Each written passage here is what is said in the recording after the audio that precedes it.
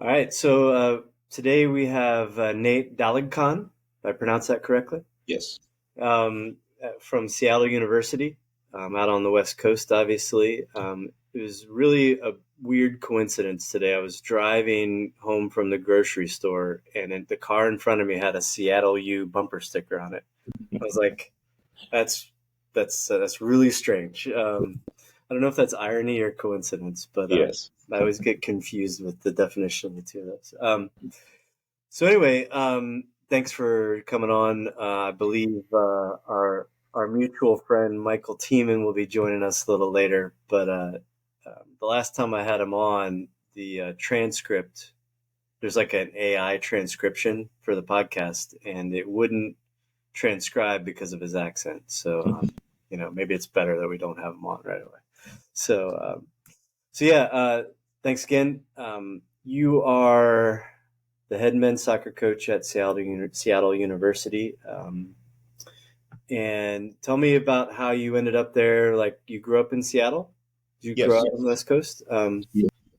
and played club soccer out there. And yeah, so maybe fill us in on how you got to where you are.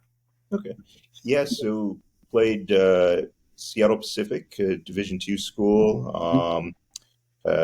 Successful program. Had successful 4 years there. Went on and played in what is now the USL. It used to be called the A League. Yeah. Played with the Seattle Sounders. Got traded. Played with Rochester. My last year in Seattle, playing, and then finished up. Took a job at a soccer company called Diadora, Yeah. and was there, worked in their marketing team there, and then got the itch to coach. I was coaching youth, and then an opportunity arose at Seattle Pacific to be the assistant. Went there for about 4 years, and then came to Seattle U. I was been at Seattle U for the last 10 years as the associate head coach, and Okay. then just took over the head coaching role in April. So kind of Yeah. just getting everything situated. So yeah. Yeah. So Seattle U, for those of you who don't know, is a private school out on the West Coast. I don't know why I say that. It's in Seattle. Division One, and as we were talking about before we started recording, you guys play a hefty schedule. There was a lot of ranked teams on your schedule there. Are you keeping that same schedule this year? Yeah, I think this next year, I think we're 6 teams that made the tournament last year. So out of the 17. So, and I think there's a lot of teams, but we try to go and play the best and challenging schedule that we can. So, Yeah. So are you coming out this way at all on the East Coast? not this year. Yeah. So Yeah. yeah. Um, so you're in Rochester for a little bit, right? You're actually, other than Teiman, you're my first West Coast. You're Oh, definitely my first West Coast head coach of a college program. Um, I mean, are there differences in youth soccer on the West Coast versus the kind of what we're used to on the East Coast and that sort of thing? More or less clubs, more or less college programs, all that sort of thing. What's the atmosphere and the climate? yeah. I mean, in the college programs for sure, there's way more on the East Coast, and it's more situated. I think it's interesting when we talk to players on the East Coast, and we tell them that we fly to almost every game. They are amazed, and so Right. I think there's only three Division I teams in Washington, uh, five Division I teams between Washington and Oregon, so everything's kind of a little bit more spread out. Yeah. When you get down to California, that's where you get kind of the big amount of Right. programs and different things. But Mhm. yeah, we're kind of So youth clubs are pretty spread out as well. yeah, the youth clubs, actually, the youth scene's very good in Washington. Mhm. There's a lot of different clubs, but there's the players here are very very good, and there's very good clubs, so they kind of help mold those players. So when they get to recruitable ages, um, they're very good. I was down in the ECNL, and Hmm. there's quite a few Washington teams that went through. So Okay. So when you're like in the grand scheme of recruiting, are you mostly close to home, bringing kids close to home, or are you international? yeah, it's it's everywhere. Us as a private school, it's different because we're not. There's no in-state tuition. Everyone pays the same amount. Every student gets the same amount of aid, merit Mhm. aid, academic aid, and um, so for us, we're looking for kind of the best players and the best fit for the program. And Right. obviously, we get to watch the local players a lot more, so we have more of an evaluation on them. But Hmm. we have players from everywhere. So Gotcha. Um, so walk me through. I'm just thinking about like the process of getting in touch with Coach Daligcon. I'm a high school, a rising junior, which is kind of a weird time for, I don't know when you guys start looking at kids and communicating with kids, but I know that at the D1 level, it's different than D3 or D2. Well, I don't know necessarily about D2. We don't have a ton of D2, oh, especially in Virginia. Only one school, believe it or not. Um, So, talk about the ins and outs of, you know, calendar, mhm. and then, the best way, in your opinion, to approach um, a college coach, especially, a coach who's at a school who plays a big schedule and has some tournament notoriety and that sort of thing. Yeah, yeah. I think the contact, the biggest thing, and Right. making sure that there's video, there's an opportunity for these are when my games are, that type of thing. Usually what will happen is you watch a video, and that kind of piques your interest, and then you start to do some more background checks on them in terms of talking to coaches, talking to people that have maybe they've played against, and then also going out and seeing them play live. So I think but that first email is important because you want to make sure that you give as much information as possible. Right. So then they'll either move forward, or okay, probably not the right fit, or yes, it is a good fit. So yeah. Right. Yeah. So I'm sure that you, over the last few weeks, you said you've been to ECNL and you've been to the Dallas Cup, right? MLS next. MLS. Oh, they don't call it the Dallas Cup anymore. Okay. Um, so, like, you were inundated with emails, I'm sure. Like, Mhm. you got more than you could handle. And so, talk about what emails you know make you click on them, and what emails are like, I don't know. I imagine you probably get to all of them, you and your staff, but Yeah. which ones stand out and which ones kind of get left behind, so to speak. Yeah, I think we like we'll kind of build build a schedule off of the emails that you get. So I think that's a big key piece of it is um, if you want to get on that schedule, there has to be some type of email. We can tell which emails we're just copying and pasting, like, okay, hey, come watch me play. I think if there's a little bit more to that email about who they are as a player, if they've done some research on the school, Yeah. that'll start to pique your interest a little bit more, because you want players that really want to be at the school, and those are the most successful players, the players that really want to be there. So Right. So how do you, in your mind, how do kids prove that they want to come to Seattle University? yeah, I think that first email, that the communication is key. If Hmm.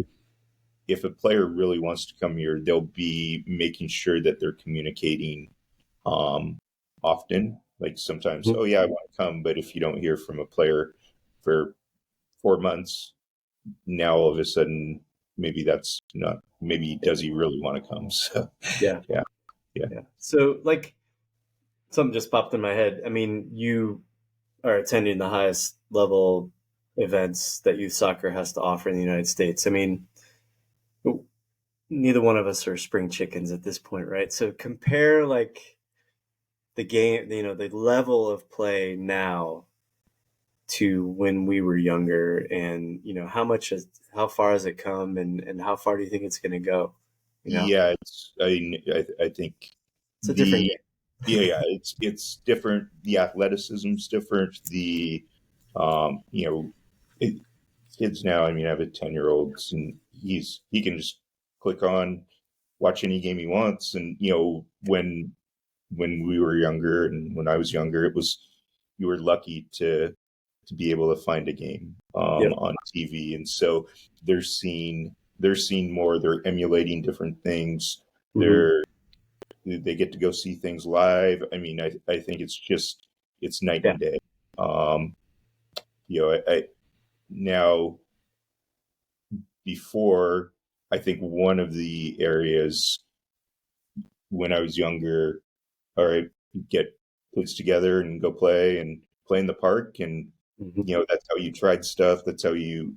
I think now it's different. Everything's a little bit more organized, and a little bit more.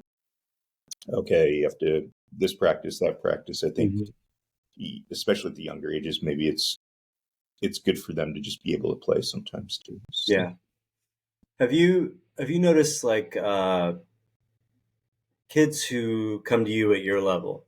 Well, obviously that's your reference point. Are they, um, let's say that their club team has 4 practices a week and a match over the weekend or whatever.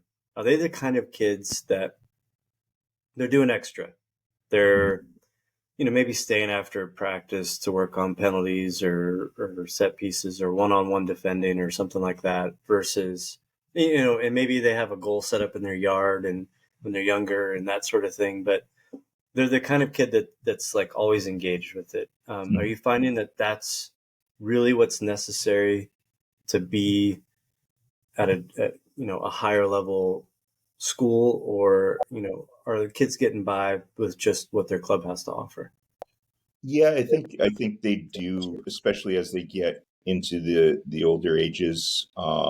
Really, really focusing on how to improve, and it sometimes maybe some clubs don't have. Maybe you're training in a smaller space, or Mhm. maybe they have to go out and work on their own, just in a bigger space, to be able to improve that, because maybe that's what they don't get, or maybe they don't get enough finishing in training, so they have to go and kind of improve that. Mhm. Uh, so I think those are things, and that kind of carries over to the college level as well. You can, where guys are need to go out and do extra because of where they're at, Right. in to help them improve. So Yeah. And for you, it's like it's an indication of a work ethic too, right? And a desire to yep. to advance and get to that next level. Yeah. I mean, the unfortunate thing is that these kids aren't going to know how cool Diodora boots were. I mean, those were so cool. I Yes, love they know those them. were some of the best. Uh, yeah, Baggio and Roy Keane wearing them. So yeah, Yeah. so, Yeah, I mean, there's just not the diversity of boots around that there used to be. I mean, Lotto and yeah. Diodora. I loved my Diodoras. Oh yeah. Um, so, Teiman, Oh, I'm so we're just talking about Diodoras. Theodora's, yeah. Well, before you get chatting, just want to apologize. Just doing adulting things and yeah, spending too much money on renovating the house and all that. But Yeah. yeah, happy to be on anyway. I'm sure this will be my last invite now.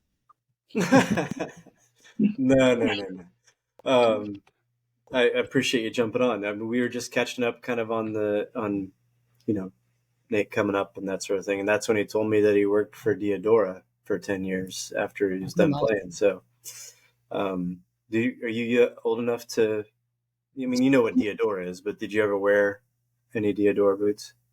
No, it's a bit too flashy for that. I was actually always Adidas. I was Predators every year. And Mm-hmm. it was like all the lads on the team would get the Predators. And it was just like as soon as they came out, kind of like kids now with iPhones, like, the release date and, everyone's getting them as soon as. So I was always Predators. And then when I got to college, we had to wear Nike. So I Yeah. was switching Tiempos usually, I think I was with Nike. Yeah. But yeah, as funny as my dad, he's just got back into coaching again. He coached me as a kid. And he said he whipped out his Asics, or do you pronounce it Asics? Yeah. Yeah, Asics. Yeah, he just whipped his out. They're like black, and I was like, they're literally 25 years old boots. I was just like, can't be wearing Asics nowadays. Yeah, you got to send him a pair or something and get him out of those, Yeah, maybe Nate can hook him up. You know what I mean? Yeah, they have to be Adidas. There you go. So, yeah. Adidas, yeah, he likes Adidas. He'll wear them. Yeah. Those are kind of old school. So, Yeah, they've come a long way since Copa Mundials, that's for sure. So, they're still solid boots. Copas. oh yeah. Teiman. So now that we have you on here, maybe talk a little bit about kind of the interaction between someone coaching a club team and an interested college coach, or what role the club plays in talking to a college coach on behalf of a player. How much of an interaction should there be in your guys' minds to work on getting a kid to the right place? Yeah, so currently, like I said on the last podcast, I mostly predominantly the younger ages. So in the last few years, I haven't had as much of that communication. But in my previous years, when I was coaching at Penn State Berks and Wilkes at D3, I was doing a little bit of club stuff on the side. So maybe I know things have changed a lot in the last 5 or 6 years. I've spoke to Nate, about how recruiting's changed, and obviously the last podcast. But as a coach, I think a lot of times it's always going to start with the college coach, because there has to be that first interest on the college coach. I'm sure there are times, examples where, the college coach has said, hey, I like number 10. And then the coach said, yeah, he's a good player, this, and this. But then, I'm sure the coach goes, hey, look at number 7. He hasn't been recruited here, or he's just coming back from a knee injury, or blah, blah, blah. And there might be some context to that situation where the club coach could maybe initiate that a little bit. But in my experience, in my opinion, I think most of it's going to start with the college coach, and then the club coach can maybe give some background on the family and some things maybe you don't see on the field, which could help the kid in those situations, if that answers the question. Yeah, for sure. Nate, how much do you rely on, the input from people, who work with the kid every day, basically? Yeah, I think, as a coach, you're able to see that player, okay, over a weekend, or, you don't get to have that contact with them every single day, or see what his training habits are like, or what type of teammate he's like. So I think those are things that we really, really ask about. Mm-hmm. It's nice. We'll get input from the coaches, and when we go and watch them, we can see things. But I think a lot of it's the training habits. How is he when he comes to practice? What's his preparation like? How is he mentally? Those are the things that maybe a little bit more difficult to see just by seeing him at a tournament, or over a couple games. So. Yeah. I want to shift gears over to parents a little bit, and there's probably, and parents invest a lot of time and money into their kids' club careers, and you're talking about traveling to Greensboro. There's whole teams that travel there, and Dallas, and all over the country. And so they have this expectation that they've earned an offer somewhere and that they've earned a scholarship. And so along those lines, how do you handle those expectations? What are some of the assumptions that are made that aren't necessarily fair, and that sort of thing that you find yourself, I don't know, what's the word, kind of just setting them straight, so to speak, and that kind of thing. So what kind of stuff do you encounter along those lines? Yeah, Nate. yeah. Sorry. Sorry. I think there's I think there's a fit for everyone. And I think that's kind of the hardest thing sometimes is to be honest. And just saying, okay, maybe this is a better fit for you than this. And what does the player want? The school, it has to be, you're going to this place for the right reasons. And if it's just for soccer sometimes, and, soccer has its ups and downs, and, if it's just for that, then it might make it difficult when things aren't going well on that side of things. And so we really stress the aspect of picking a school for the right reasons, and just an all encompassing, like, okay, size of the school, or, the soccer program is a big part of it.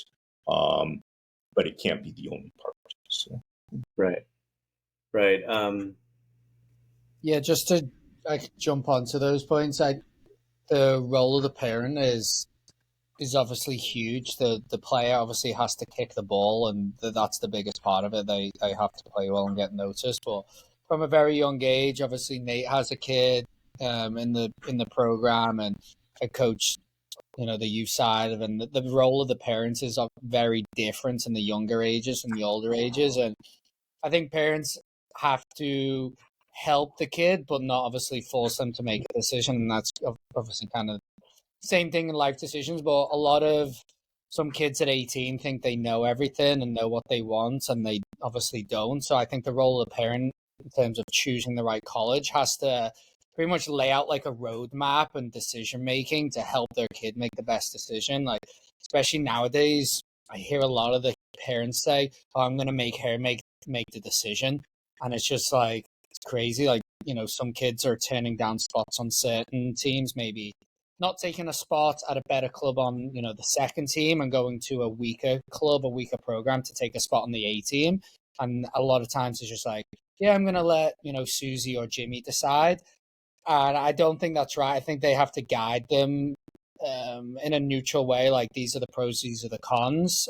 Same when choosing the college, like Nate said, they got to make the best decision based on everything. I think obviously schooling has to be the top of that, but don't be, letting the kid go, oh, I want to go to this school because his best friend's going there, or I want to stay local because I have a high school girlfriend. And the role of parents, like, okay, Jimmy, this is what you're going to get from choosing this school. We really think you should consider this. And once the kid knows all the pros and cons, because they don't know them at that age, then I think, the kid can make a decision. But parents can't step back and let them do everything, or step forward and do everything for the kid. There has to be that balance to help them make the right decision, because it could be a 4-year commitment, and maybe that means moving across the country. So it's a pretty big decision.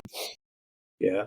Nate, how important is it in your mind, like when you have a kid and his parents or parent in your office, I'm sure you're observing that interaction, and, how much is the kid relying on the parent, and, are you asking a question and then they're looking over to their parent and that kind of thing? I mean, obviously you observe that, talk about, what each of those little interactions and things mean to you, and, what could be a turn off and what's kind of a turn on for you, wanting to pursue that kid.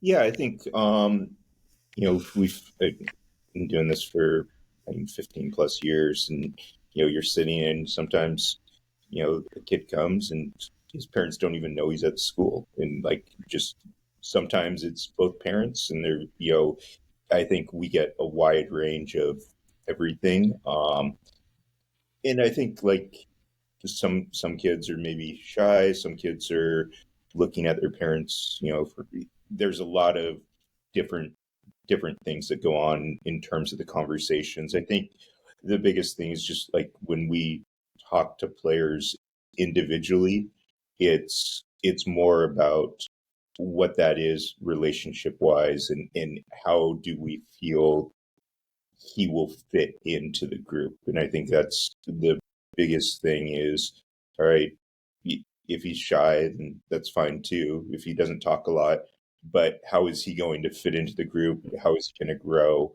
And the kids come in at 18 and they leave at 22 or 23. There's a lot of growth that happens between those years. And so there's a player that comes in and maybe he doesn't talk a lot when he's in the office, but now by the time he's a senior, he's a great leader and he's one of the first guys to be out on the field, and really you see that growth a lot through the 4 years. So there's a lot of things that change, and there's some things that you'll go, okay, well, it's not for us, and there's some things that go, well, he's a good kid and maybe we can help him grow as well. So. Right. Yeah, Michael, I mean, your experience, I mean, you came to a foreign country and, nobody knew you. You didn't know anyone. I'm pretty sure that's your story, right? Yeah. And so, I mean, you're obviously not a shy guy. Were you back then? And how did you grow into your role, playing at William & Mary? And, I mean, obviously you had some confidence. That's not really an issue for you. No, like I'm generally quite introverted and reserved mostly. And what's funny is, I committed to William & Mary and I didn't even go to the campus, and I never even met the coach before going there, which might sound crazy and stupid, but when I did come over and visit, I visited, the ACC schools, and I couldn't, fly out again, really, like financially, to come out again to America just to look at one school. So I always just had the mentality, I just want to keep playing, and this is a good opportunity. And, I respected opinions of other coaches. Like I said, the coach at Duke, who's like, hey, William Mary's really good school, good coach. They just won the conference, went to national tournament. So rightly or wrongly, I just kind of took that, and I was just like, yeah, that works. And in my previous 2 years before I came to America, I was doing a scholarship in England. And so we lived away from home. It was only a couple hours away, but we basically were Monday to Friday training and going to school. And then Saturday we'd play a game. And then Saturday afternoon we'd go home. And I'd spend the night at home and then go back on the Sunday evening. So that was like a nice preparation, I guess, because I was living away from home for 6 days a week. And so then the transition, I guess, away, full time or for 4 months at a time, made it easier for me. Yeah. Sorry, I'm looking at a couple of things I wrote down. Nate, what do you think, like, how much has recruiting changed? And you said you've been doing this like 15 years. I mean, obviously, long before that, you got involved in college soccer. And, what's changed? And what would you change about it, to make it better at this point? I mean, the transfer portal is obviously a big area. I think that's changed everyone's recruiting outlook. The MLS is signing guys, younger guys, and guys are now going, okay, do I turn pro or do I go to college? That kind of started, as it was, probably 8 or 9 years ago. So I think that's becoming a lot more prevalent as well. I also think that it's very hard to find kind of those, as a mid-major school, it's a little bit harder to find that diamond in the rough. Like, okay, here's a kid that no one else has seen. MLS teams are scouting guys, younger guys now, and they're getting into academies earlier, and so some of those guys are not falling through the cracks. Right. In terms of, okay, maybe they didn't get recruited. There's players now that we had that plays for the Sounders, and he kind of fell through the cracks. He didn't get recruited a lot, but I don't see those players too often now. So Yeah, they're casting a little bigger net, huh? yep. So. Yeah. So when you guys, well, Nate, when you're recruiting, obviously you have a lot of conversations with kids and their families, and I just want to go back to expectations. Every kid thinks they're going to be, well, a pro or a D1 scholarship soccer player, right? I imagine that some of them assume that everybody on your team has a scholarship, and obviously that's not the case. But how do you manage those expectations? How do you encourage a kid to come to you, even though there's a good chance they won't be playing for a year, maybe two or whatever? How is that process managed, and how obviously you have to be pretty upfront with them. So yeah, I mean, just I think it's going back to parents and their investment, and they expect offers and they expect scholarships, and so just talk about like that process of talking about their assumptions and expectations, and then getting them to the realistic situation. Yeah, and I think it's interesting because every case is different, and every school is different too. I think there's schools that have kind of their niche in terms of, maybe it's in-state, maybe they give a lot more academic aid, maybe they have there's a thing on the West Coast called the WUI, where if you live in neighboring states, you can get in-state tuition. So everyone has kind of their their struggles and then things that work for them. I think the biggest thing is just really being honest and upfront with where you're at, where we see this player. Is there room to grow and increase? And I think that's, I'm sure other teams as well, I think they're firm believers of, all right, if you do well, we try to increase players and increase scholarship. And just like in the real world, if you do well at your job, you get a raise. So that's what you try to kind of move forward and try to talk to them about. Right. Yeah, I mean, you're not a dream squasher. You're just trying to give them a little taste of reality, I guess.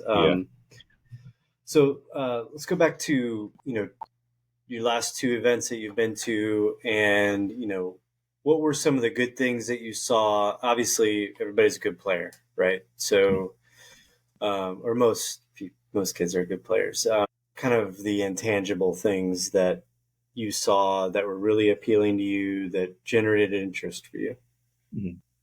In a player or a team, or just the event, or I mean, a player, a player that you're, it's interesting because watching.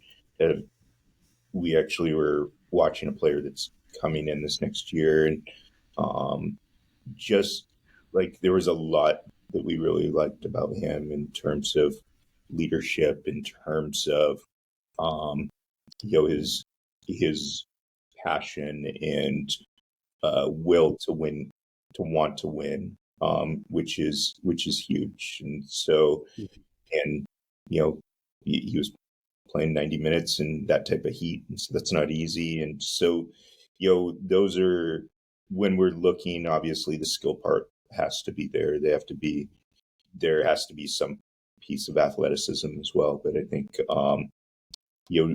being able to see them play live and see that, what type of mentality they have, especially in a playoff situation, is big. So yeah, I mean, we've talked a lot about how they react to things off, like getting subbed off, or Norris told a story about watching a kid who like tossed his bag at his mom who after his game and that sort of thing. I mean, and the point that he's always made is someone's always watching, right? And you guys, you're there at the event, and there's dozens and dozens of college or probably more than that, watching. And you guys are a small group, and you guys talk to each other, and you guys are always talking about, well, this player this and this player that and that sort of thing. So it's super important to know that your behaviors, a kid's behavior is being watched by people who are making decisions about your future. Yeah.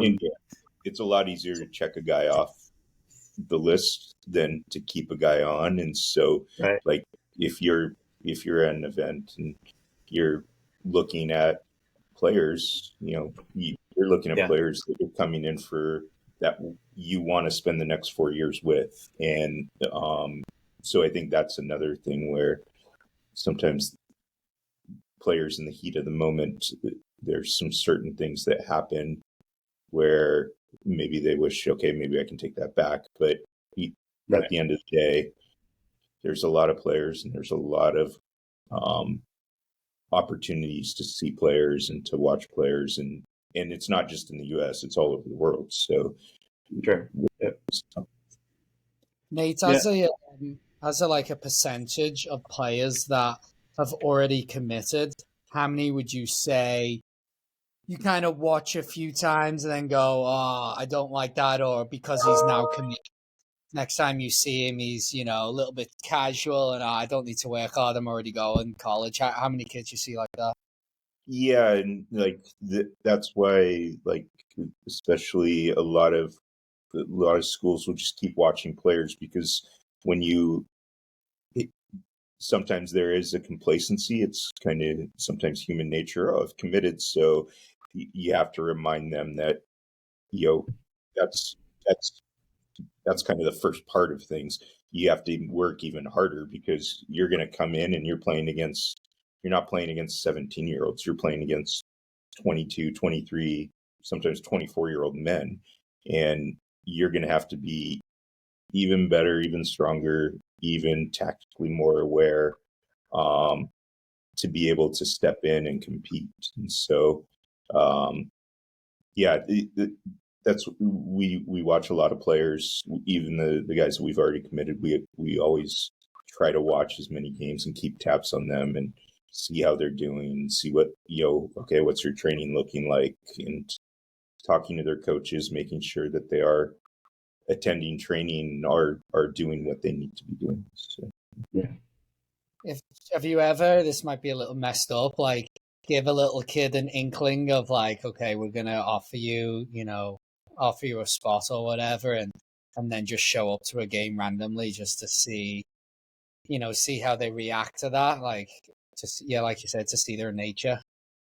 Yeah, like we'll get schedules and we don't tell players when we're coming or if we're coming. So sometimes we will, but we'll show up, and then all of a sudden, if they see us there or they don't, like I've shown up to random games where they had no idea. So wearing your camouflage, hiding in the trees, off in the corner. So there you go. I saw a quote from Kobe Bryant, she's actually telling a story about he was coaching a youth basketball team, and he was having the kids do sprints after practice or at the end of practice, and one of the dads was sitting there watching, and he was yelling at his kid, dig in, work hard, providing, not like being a negative person, but providing encouragement. And Kobe Bryant went up to him after the practice and said, don't do that anymore. And he goes, I want these kids to develop an internal conversation to, make the decision to work harder or not be last, or, whatever it is. Like, do you work on developing that? And Nate, as a parent, I mean, do you work on encouraging kids to have that, excuse me, internal conversation, and how do you do it? And then as they get older, Nate, so we'll start with Michael, but then Nate, follow up with, obviously you can see the results of that internal conversation, and what are some of the things that you see? So start with Teiman, and, Yeah, and I'm dying about an allergy attack here, so I apologize. So, go ahead. no, it's funny you say that because I guess looking back, or what we were just chatting to about before, when you're like, you got a lot of confidence and all stuff like that. How did your leadership grow? Like I said, I'm kind of like a little reserved and all that. Like, I don't know. I don't really feel like motivational talks like that really work, because it's one of them. Yeah, it may resonate with a kid, but a lot of times it goes in one ear, one out, or maybe it resonates and then it just dies after a minute or two, and they always just fall back to kind of their natural mindset, whatever that may be. And yeah, I was never really a big motivational speaker in huddles and all that, because I always think, like, if you love playing and you have the passion, like, why do you need somebody to try, like, motivate you? Like, you should just want to win every game. You should just want to play all the time. And if I'm disappointed, kind of like, I wouldn't really voice it. You could see it in my body language and demeanor. I'd just be off the field. I'd be mad, like head down, and then back on the field the next day. You're working hard again, and I always think like it's natural. So it's basically what the kid's made of as they grow up, their environment. We can help. Like, I like to encourage behaviors, and you can tell them why and how things you can do, but ultimately it's always up to the kid themselves, and everybody has different personalities. Like, some kids may come in and just be like an aggressive little kid, and you're trying to tone that kid down, and then somebody's a little soft and you're trying to push them a little bit more. So you can help, but again, it's just, I think the environment at home and how kids are raised, I think that's has a way bigger factor than the actual itself. Yeah. Like, yeah. But I don't know, Michael. I mean, I watched you play. You had this. It was obvious that you had this internal conversation going on, that you didn't want to lose, that you had this competitiveness, and I'm sure that you had, like, you developed some level of discipline to keep you going when you're training and that sort of thing. And so, yeah, I mean, what was that internal conversation, and how do you think it developed? I mean, Yeah, I think just honestly, ASICs. What's that? Was it your dad's ASICs kicking you in the Yeah, butt? yeah. No, like I said, he trained me when I was, starting playing. Like, I honestly didn't start playing until like I was like 6 or 7. It sounds mad, thinking like that's starting late, but kids nowadays, they're kicking a ball at 3, 4, dribbling in out of cones. It's mad. But yeah, I started like 6, 7 years old, and kind of he was, disciplined and hard, organized, those type of traits. And it's kind of what I'm like. Maybe my sisters are a little bit different, more like my mum. But that's kind of how, like, I'm, I guess, tuned. And then when I was playing through Liverpool, like 5 years, like, it's very professional. Like, you're a 10-year-old kid and you're turning up to the changing rooms and your kit's laid out for you, and you're getting buses to away games. Like, you have to drive to the training grounds and you all get on a bus and you drive to it, and you have to be there at a certain time or you miss the bus. And I think just, I guess, growing up in that professional environment. And then when I hit 16, obviously I move away from home, so I have to make sure that I'm getting to practice on time. So, kind of growing up a little bit more, like, and then moving away from home. So I think it's more of, guess, my experience. And then, yeah, my parents' role. And yeah, it was maybe a little different. They were a little tough on me. And I was telling somebody the other day, I think it was wrong, but I would always in games, like, count my mistakes. And I mostly played as a right back. And I would always think, anytime I gave the ball away, anytime I lost a tackle, or anytime I let the winger get a cross in, that would be like a point. And I used to just count the points. And I just tried to make sure it was as low as possible. And if I walked off the field thinking 2 or 3, I was like, okay, that's a good time. good game. Sorry, 4 or 5. Oh dear. And then when it was like 6, 7, 8, I used to count them. Then I know like once it got to 7 or 8, I'd stop counting and go, oh, that was a bad game. So that's just how my head worked. Another example was I used to play cricket back in England, not at a good level, but just enough. And I used to make sure and then how many runs I gave away as a bowler. And so I just always had these numbers in my head. And so I guess that mentality just kind of rolled over into that, like, okay, I just got to take care of myself. Like everybody else should be motivated. They should want to win. Rightly or wrongly, I don't know. That was my leadership where I guess I led the team and how I performed rather than what I said. Obviously, there are Right. different to leadership, and kind of I think that's where I was. Where, yeah, practices just make sure you're smashing into tackles and got to wear shin guards. You can't be turning up in short socks, which everyone does, which is fine. But yeah, that was, I guess, just the environment I was in. Similar to Dyche at Everton. I loved when it first came out. I don't know if you've seen it, Nate. He made all the lads wear long socks and no scarves, no snoods, and he said, like, you're training exactly how you play. So how can you like wear a snood and practicing in the game? You're legally not allowed to wear one, and you obviously have to wear guards. So he said everything we have to do in the game, we're doing in practice, and that's kind of how it was at Barnsley as well. Very like old school, like hard work and club, hard work in town, and they produced John Stones, so must have been all right.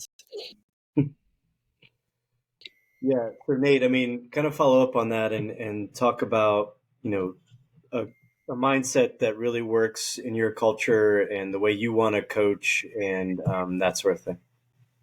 Yeah, we talk a lot about passion, the passion for the game, passion for what you're doing. And I think it's difficult to be able to really play and be successful without that.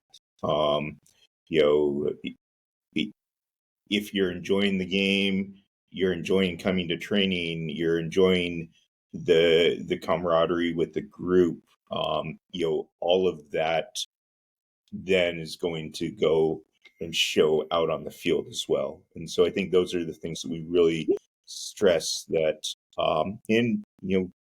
that's where you have to make sure that guys understanding where guys are at and understanding where they're at in the season, where they're at in the school year. But I think that passion for the game and passion to win is a big part of what we look for in players and talk about. So, yeah. Nick, do you think you can? And you have I guess, a good perspective because you're a parent of 2 kids who are athletes, and obviously the college. Do you think, or how much of an influence do you think the coach can have on changing mentality of a kid?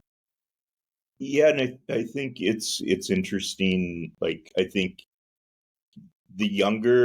at the younger ages, I think you can, because if they have passion, if they're having fun, if they're enjoying what they're doing, that will bring out the passion as well.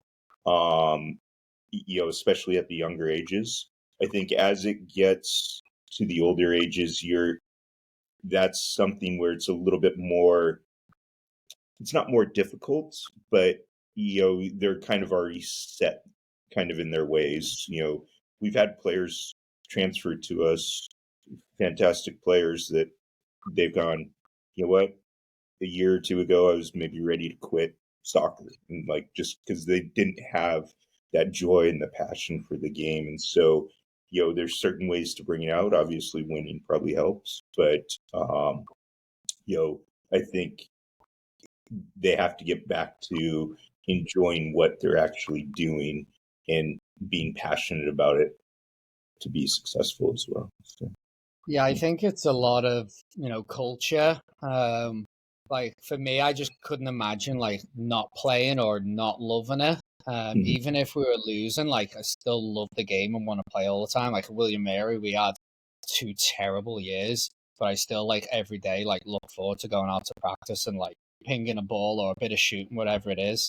But yeah, on my younger younger girls team in the club, it's funny. Like I'm always trying to, be aggressive. Win the first ball, win the second ball, and you're trying and trying. And there's an opponent we play against, and the coach is an older guy. He sits down. He doesn't really say much, but his team are crazy aggressive. Long balls, direct, fighting for everything. And sometimes I can be vocal on the sidelines, really trying to encourage it, and this guy's just sitting on the side, and these girls are flying in all the time, just like, tell me your secret. Like, how are you getting to play like this? And you're so reserved and relaxed on the sideline. And I don't know, maybe he has these amazing emotional speeches before the game, or maybe it's just the kids. But I agree.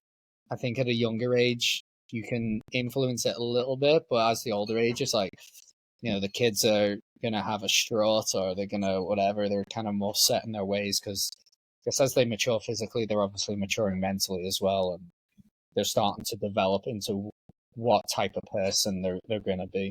Yeah, I mean, it sounds like that coach has created a bit of a culture, like the atmosphere of the training is pretty intense probably, and then he just does the old John Wooden and sits on the bench and watches what his work's already been done, right? It's kind of a good coach.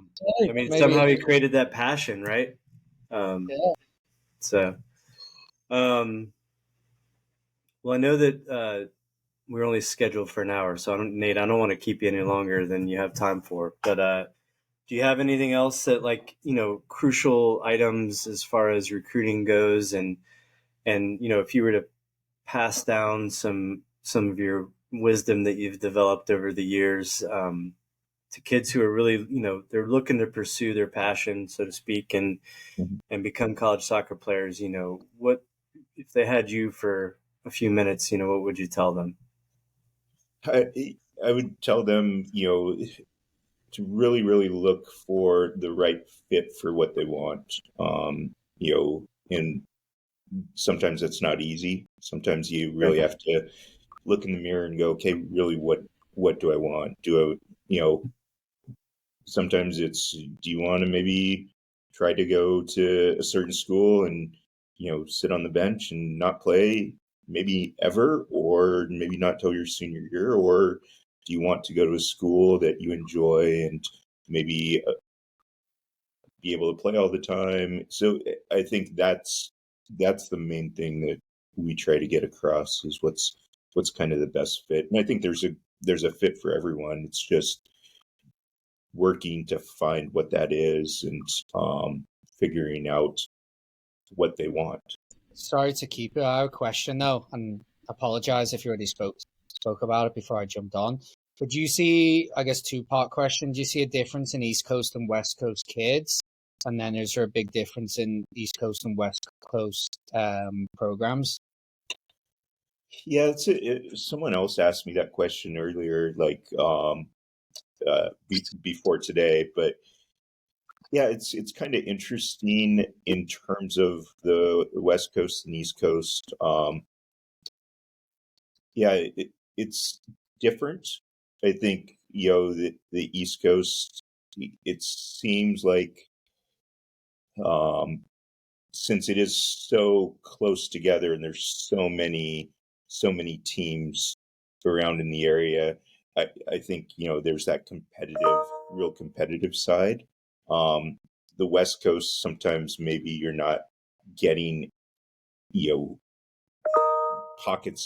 pockets of teams, but maybe there isn't as much competition in some areas, maybe just because it's a little bit more spread out.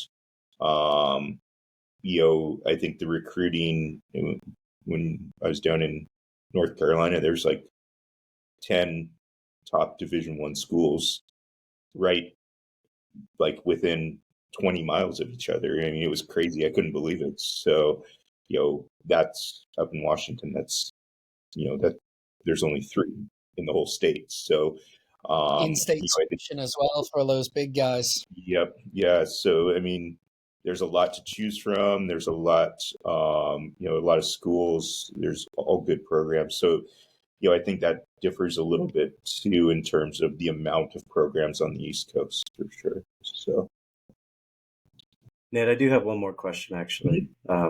He's gonna have to start charging you now. I don't have anything to pay him, so um, so yeah, just one little thought, like as the academies have come along and MLS Next and all these programs where kids aren't playing high school soccer, right? In your opinion, what are they really playing for, right? Are they, when you play for the pride of your school and all that, then that ingrains in you how to win as a team and all that. I mean, are you seeing a drop in the competitive level, or are they? Is it an adjustment for kids when they get to college and they come out of those programs to play like with the esprit de corps and all that? Yeah, that's interesting because like you have those, sometimes when you're in those academies, it's all right. It's more, I wouldn't say individualistic, but they're trying to Right. get to the first team. So they're competing against each other to Mm-hmm. make that jump into the first team, where everyone's kind of on the same playing fields. Everyone has to go to class. Everyone has to go to weights. Everyone has to do this and that. So it's not, everyone's more on a level playing field. So I think sometimes that might make it a little bit more difficult to really get them to buy into that. But that's where the recruiting piece comes in terms of, all right, what players are you looking at? What players are going to be successful for what you want to do? So, Right. Yeah, I mean, the thought of, going from playing in front of just your parents and a few college coaches to playing in front of the women's basketball team and a sorority and that sort of thing, and it's a little different environment than what they're used to. Those are the people you got to impress. Absolutely. The most important. Yeah, for sure. Well, I can't thank you guys enough. I enjoyed it, and I'm sure that we provided some things for kids to learn from. So I appreciate it. I'm gonna hit Doing it stop for here. the kids. What's that? Said we're doing it for the kids, not for the paycheck. Oh, yeah, that's the only reason. Yeah, apologies for being late, but thanks again for having me on. Yeah. Thank you very much. Great to be on.